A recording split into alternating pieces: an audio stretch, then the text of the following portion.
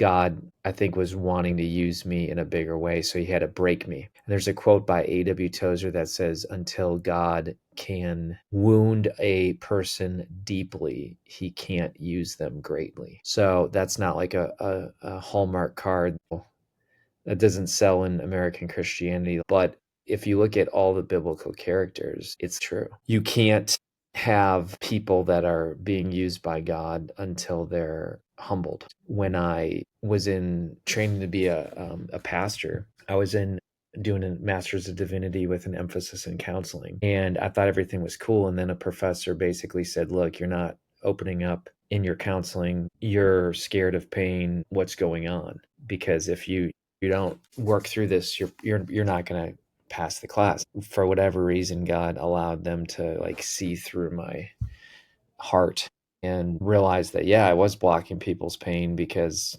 I didn't, I was controlling my own pain through self-injury. So I basically confessed and confided in this professor and said, okay, I struggle with self-injury. And the guy failed me from the class, which would fail me from the degree, which would prevent me from becoming a pastor and all this. And then it was Dr. Dave Plaster who he basically stepped up and said, hey, listen, let's get you counseling and let's get you some help, and that professor can't fail you because you're trying to get healthy. And so it put me on a path to counseling. It put me on a path to essentially exposing my pride and self-injury. And as a result, that's when I finally started getting healthy.